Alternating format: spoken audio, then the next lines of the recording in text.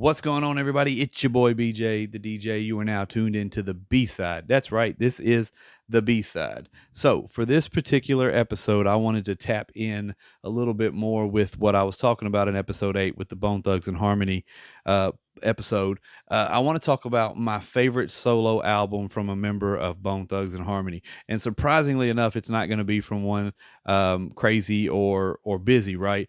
My favorite solo album from a Bone Thugs and Harmony member is the Thugs album that Flesh and Bone released in 1996. Now, this is a very underrated album. It would go gold, right? The crazy thing about this particular album is that it was not released through Ruthless Records like most Bone releases were. It was actually released through Def Jam, and it's the only Bone release to be released by Def Jam, right? It's really crazy. I remember the first time I heard it, I thought the single for this thing was called World So Cruel, and it featured Rev Run on it. And there's snippets in there where Rev Run is kind of preaching as he's rapping, and the message is overall positive.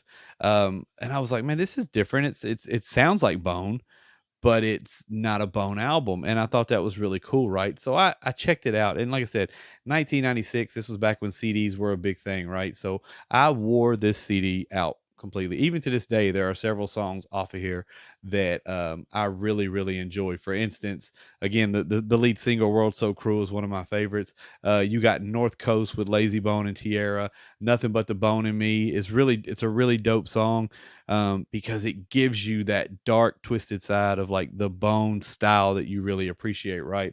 Crazy by the Flesh is a really, really dark song. You got Mystic Spirits, you got Coming to Serve You featuring BG Knockout. BG Knockout's a really dope artist from the West Coast. If you're not up on BG Knockout, I first heard BG Knockout when he did the Death Row diss on Eazy-E's album, right? Gangsta Dresta and BG Knockout, super dope, longtime Ruthless Records artist. Super dope artist. That's very underrated. So if you're not up on BG Knockout, check out some of his stuff, right? And Player Hater featuring Crazy Bone and Lazy Bone there at the end. Even had Big Pun and Fat Joe on the album. That's another thing I thought was really cool, how they were able to cross over. They had artists from the West, and they also had artists from the East on this particular project. This song would peak on the US 200 at 23rd and would get as high as 8th on the top R&B rap hip hop albums on Billboard. Again, certified gold.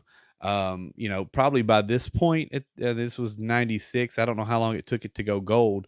But yeah, probably by this time it's close to platinum. He would release other projects after this. He did a Fifth Ward Dog Let Loose, and I really didn't pay much attention to that album when it was released. But this one is one I consistently listen to, all day, every day, even to this day, right? So if you're not up on the Thugs album by Flesh and Bone, please make sure you check it out. I know, Crazy had probably the longest successful career out of any Bone member. Busy dropped a great debut album, and Lazy has done several solo projects that have had great songs on it. But this one right here stands alone, I think, because it was something different. It gave you that true Bone element. But was a little bit different, right? So, again, if you haven't listened to Thugs by Flesh and Bone, please make sure you do. That's what I got from my B-side. Again, my favorite solo release from a Bone Thugs and Harmony member is Thugs by Flesh and Bone. Check it out. I'm BJ the DJ. This has been the B-side. Make sure you rewind.